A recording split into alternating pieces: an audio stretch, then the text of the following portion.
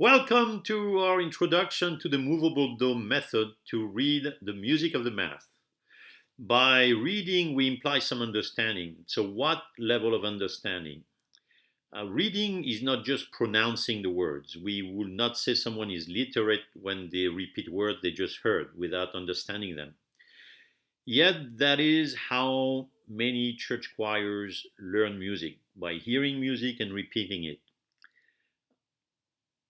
That is not music literacy. We are aiming at starting with this presentation to give you a path to music literacy, to understand enough to to read and sing the simple music of the mass without hearing it first from another source. Our goal is that you start reading simple music in about 3 weeks. We will use solfege. Solfege is the essential starting point to read music. Solfege was invented to chant the liturgy of the church. Through solfege, the singer learns the names and relationships of the notes to form a melody. Just as a child learns the letters of the alphabet in order to identify vocabulary, a singer can use solfege to properly and consciously sing, consciously even for the simplest melodies. What do we mean by relationship of the notes? Our human brains recognize easily melodies and often can memorize them and sing them. We can recognize and sing them at different pitches, high or low, or that's what we mean by pitch, a high tone or a low tone. We recognize the form made by the notes in a certain sequence. In the test you may have taken before this presentation, we had the 1, 2, 3, 4, 5 melody that we sang the 1, 2, 3, 4, 5 at different pitches. You know the happy birthday song. Happy birthday to you. Well, you can sing it at different pitches. Happy birthday to you. So we as singers, as humans, we do not need to know the matter of those notes. We don't need to know whether it's an A4 and vibrates at 440 hertz. Our brain recognizes the form, and this introduces a distinction between a relative pitch, which is the form, and the absolute pitch, which is the matter. Musical instruments are made of matter. So when we learn through musical instrument, we have to learn that absolute pitch vocabulary. When we learn as singers without instruments, we don't. We have a gift, and solfege builds on that gift to allow us to read music. What's our plan and time commitment? So this presentation is going to last about 20 minutes. We're going to learn basic music theory to start reading the exercises. Lines of the staff, punctum, solfa, which is the matter of solfege, the do clef, the fa clef, and then that will take about 10 minutes, and then we'll start previewing some of the theory we'll use 3 weeks after we've taken some exercises. The circle of fifth, how we go from reading the most simple solfege to a more complicated reading. So then we will practice a round of 18 exercises to build. The goal will be to build an organized solfege library. So we already have a library, like Happy Birthday. We already have a library of sound, but it's not organized. We need to organize a solfege library that we can pull from, and we will do that also practicing audiation, because that audiation process, which is hearing the notes in our head before we sing them, will be key to reading music. And then we'll start reading music. So after the 3 weeks, we'll do the 18 exercises in 5 minutes per day in about 3 weeks. And then we'll start reading music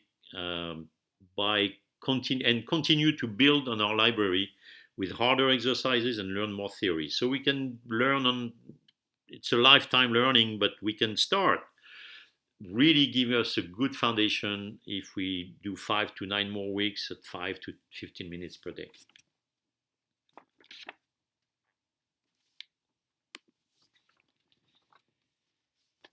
Music notation had no line in the 9th century. Then it had one line, then it had 2 lines. Solfege developed when music notation had 4 lines, which was in the 11th century, but solfege is still used today. Notation then continued to evolve, adding a 5th line and then 2 5th lines on top of each other to emphasize the absolute frequency of notes. We already talked about absolute pitch. No longer just the relationship. The movable do consists in moving our solfege reading on 4 lines. We will show later how to move that do and our solfege reading on the more complicated 5-line staff. But to start at the beginning, the lines are numbered from the bottom up.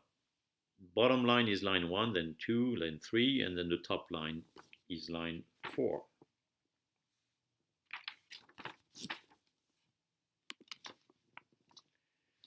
Now we're going to add the do clef. The clef is a key. It tells us where the note called do is on the 4 lines. The music publisher will pick a do so that most of the notes of a melody can fit on the 4 lines. An important factor in that decision is called the mode of the melody. The reference note do can move up or down the 4 lines. On the other hand, the singers, when they sing a cappella, can pick any note to be their do point of reference as well. They pick a do that fits their vocal range so that they can sing that melody in their vocal range. So some singers will sing do, and some other singers will sing do. It depends on the singers. On the first example, the do is on line 4. In the second example, do is on line 3. That's why we call this method of reading music movable do. The movable do is the meeting point for the singer and the publisher. It accurately reflects that all of reading consists really in 2 separate skills, and that's a very important point. We have the decoding skill of reading what is on the paper and the sound producing skill. Our brains reconcile these 2 skills through a process called audiation. So for the solfege, we're going to learn only 7 notes are used, because that's the solfege of liturgical chant, and that's the solfege that is enough for many church hymns. On the piano, you can hear the relationship between these 7 notes by playing C as do, D as re, and to continue like this. So we have do, re, mi, fa, sol, la, ti, do. Then we will also use one variation to the 7th note to introduce the concept of accidental. Ti will become te when preceded by the sign flat. That little sign is flat. So we will have then do, re, mi, fa, sol, la, ti, do. So we went from fa, sol, la, ti, do to fa, sol, la, ti, do.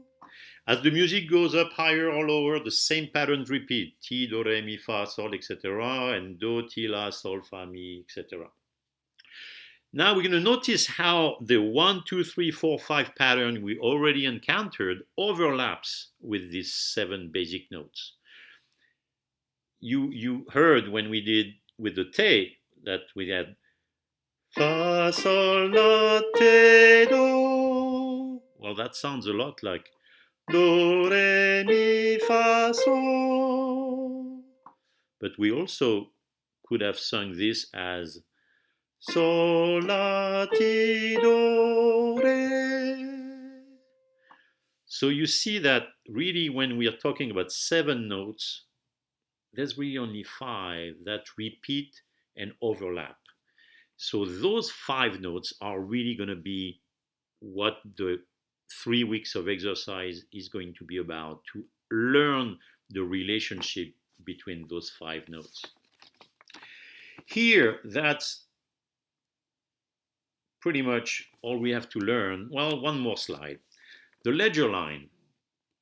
The ledger lines is when our for the melody we print is cannot fit on the 4 lines. So we have that ledger lines that go through a note that is 2 grades above or under the staff, or even 4 grades sometimes. And that is what is illustrated here.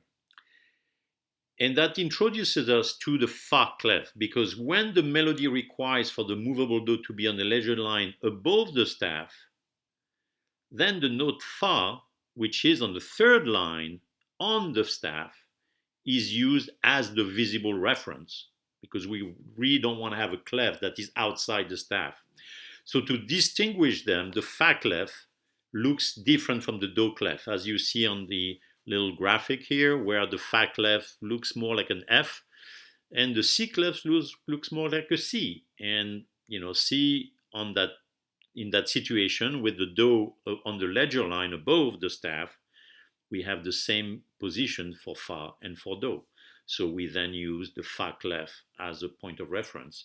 Learning like that, this movable do with a clef that is no longer called do, is a very important step, because that will open the door for us to later read many of the other key signatures in the 5-line system of notation. In the fa clef, the do is in the staff. We have a do in the staff, but it is now in the space between line 1 and line 2. It's no longer on a line, but we still have a do on the staff. Really, that's all we need to learn at this point to start the exercises. But I'm going to go a little further to show you a preview of what this will lead to, and how much this little reading will be able to be a foundation to read everything. We've seen that instruments cannot transpose like the human brain. Transposing a melody on an instrument requires a long training that the singer does not need. This training requires a new vocabulary for many more than 7 notes, because now you're going to have to differentiate every note. And this is why the 5-line staff was introduced, and with a system called the fixed do. In the US, the fixed do is what we will call the middle C. And you may understand what I mean with that graph at the bottom left, where we see on the very left those arrows with the blue little arrows up and down that show our movable do system. And on the right side, we see the fixed do, and we see that the do matches the line with the middle C that will be under the treble clef, and which is really also called the G clef or the sol clef. That's how you notice. See, you notice how that system is an evolution from the movable do, as the fa clef is when the do is on the ledger line above the staff. The treble clef, which is also called the G clef or the sol clef, is to read notes when the do is on the ledger line under the staff. If you have a piano, I introduced the notes on the piano so you can also read the C, D, E, F, G, A, B, C on your piano. The circle of fifth, that's the circle of fifth is all we will need down the road to use our movable do method and read music on the 5-line modern notation. The note on the outside of the circle will be our movable do. So for instance, if you have 2 sharps on the top right there, you see a treble clef with 2 sharps. Well, your do will be on the D note. If you have 3 flats on the left of the circle here, well, your do will be on the E note, which in this instance will be E flat. Let's talk about rhythm, because rhythm is a very important component of music, and there is a fundamental difference between the rhythm of liturgical chant and the rhythm of most other music. Very fundamental. The basic rhythmic unit for chant is the punctum. That's a fancy word to say syllable. We chant words, and a punctum's value is the syllable of a word. Do, re, mi, fa. That's a punctum, that's a syllable. The rhythmic signs in chant only increase the duration of a syllable and of the punctum. There is no sign in chant that will decrease or subdivide a punctum. On the other hand, the basic rhythmic unit in modern notation is the measure representing an arbitrary duration linked to a mechanical movement. The measure is then subdivided in beats. An instrument called the metronome and the mathematical formula, the fraction 4/4, 3/4, 2/4, indicate the duration of beats and the corresponding signs. Learning how to count these beats is outside our scope here. We don't have time to look into this. I'm just going to make you hear a 4/4 beat with a beat value of 82, and that sounds like this. Right, 3, 4. Measure, beat, beat, beat. Measure, beat, beat, beat. See, those are very different concepts of rhythmic measure. And for the purpose of this Movable Do curriculum, we will limit ourselves to learning chant rhythmic signs. Hymns are about words too, so many hymns can be read and learned with chant rhythmic sign. We recommend, however, that as you continue studying, you learn the rhythmic language of the 5-line staff. There's many resources available. Ask your music director to direct you towards the right information.